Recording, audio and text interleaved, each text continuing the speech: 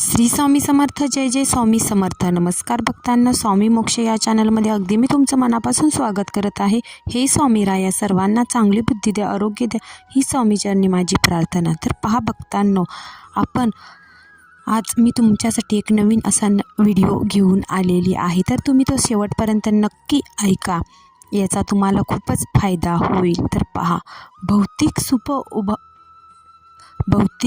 सुख भोगापासून मिळणारा आनंद म्हणजे भक्ती, म्हणजेच प्रेममयी सेवा असते. भगवंताला आपण जेव्हा प्रेम अर्पण करतो त्याला भक्ती म्हणतात. जी आपल्यामध्ये शक्ती आहे त्याने आपण जर त्या शक्तीचा चांगल्या प्रकारे वापर केला, योग्य वेळेस वापर केला, तर ती भक्ती ठरते. तर पहा, भक्ती म्हणजे काय? म्हणजे ईश्वराची प्रेममयी सेवा. प्रत्येक क्षण आपण ईश्वराच्या सेवेमध्ये घालवला तर आपल्याला जी शक्ती लागते तिलाच भक्ती असंही म्हणतात. पहा, भक्ती म्हणजे मानसिक अवस्था आहे. नुसतं कर्म करणे हे कर्म आहे. कर्म आदराने केले तर ती उपासना. जसं की आपण नोकरी व्यवसाय करणे, ही सुद्धा उपासना ठरते. तर पहा, स्वयंपाक करणे, सासू सासऱ्यांची सेवा करणे, गोरगरिबांना दान देणे, ही उपासना आहे. उपासना म्हणजे काय? तर आदराने आपण जे कर्म करतो त्यालाच उपासना असं म्हणतात. तर पहा, सत्कर्मच का केले पाहिजे? इच्छेप्रमाणे फळ मिळो अगर ना मिळो, माणसाने चांगले कर्म केलेच पाहिजे.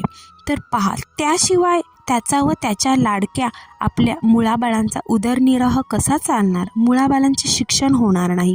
किंबहुना कर्म करीत दीर्घायू होण्याची इच्छा बाळगली पाहिजे, कारण तो खचला तर कुटुंब वाऱ्यावर पडेल. अर्थातच कर्म याचा अर्थ कर्तव्य कर्म किंवा सत्कर्म हाच आहे. श्रीकृष्णाच्या काळात ज्यांचे कर्म वर्णानुसार होते, आज तसे नाही. आजचे जीवन म्हणजे प्रचंड गुंतागुंत आहे. आज मुलं बाळे असलेल्या प्रत्येकाच्या कर्तव्य कर्म सर्वप्रथम त्यांच्या गरजा पूर्ण करण्याच्या आहे. सत्कर्माशिवाय मन शांत होत नाही. मन शांत नसेल तर रक्तदाबासारखे विकार होऊ आपल्याला शकतात.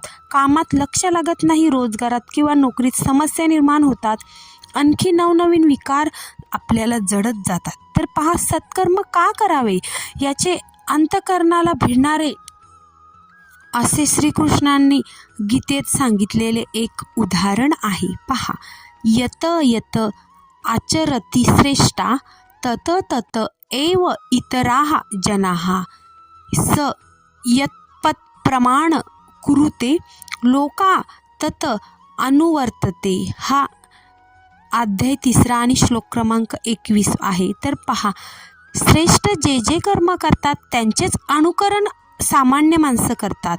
श्रेष्ठ जे प्रमाण ठरवितात त्याचप्रमाणे लोक वागत असतात. या श्लोकाचे सामान्य लोकांना फार महत्त्व आहे.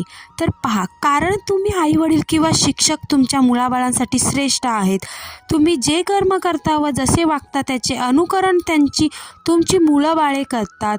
तेव्हा आईवडील शिक्षक यांचे कर्म हे सत्कर्म कर्तव्य कर्म असलेच पाहिजे.